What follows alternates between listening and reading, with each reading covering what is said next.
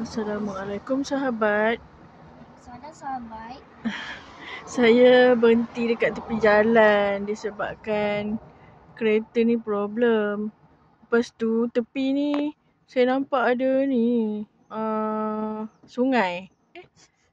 Sungai ke laut ni? Orang panggil. Muaz, sungai ke laut Muaz? Teka lah nak cakap. Nak katakan sungai apa ni ya? Laut kot. Tasik ke? Tapi ni fokus dekat lah.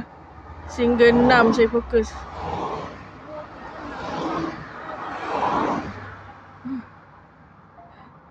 Laut ke sungai ke? Setahu saya kalau sungai tu dia kecil sikit kan. Nak panggil apa tak tahulah. Panggil apa-apa. Tapi inilah apa di Siti Awan. Tentu ada ni kan apa? Laut lah.